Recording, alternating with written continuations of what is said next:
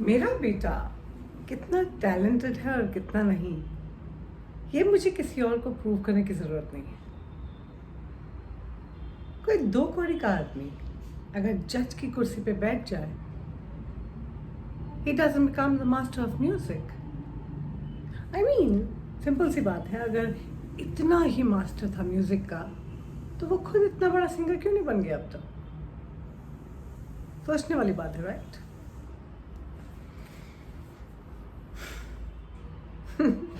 For all you know, आज सुबह अपनी वाइफ से लड़के आया होगा और सारा गुस्सा मेरे बेटे पे निकल दिया। रिडिकुलस। इस वक्त तो उसका मुंह मैंने पैसों से बंद कर दिया है। You know, I don't think he knows the truth.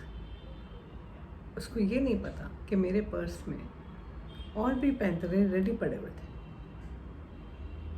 उसको ये नहीं पता कि अपने बेटे को जिताने के लिए मैं बहुत कुछ कर सकती हूँ।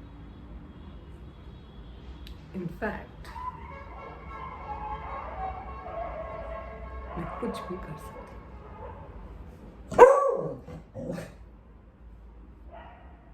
कुछ भी। My name is Sonika Chopra.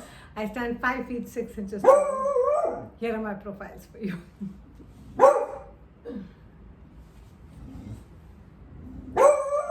Although I wasn't keen to audition for my mom's character, but this sounds like a very powerful role. So I'm trying to put my nails into such an interesting character. I'm really sorry about it. Very excited dog. But I wish you all the best and I wish to hear from you very soon. Cheers.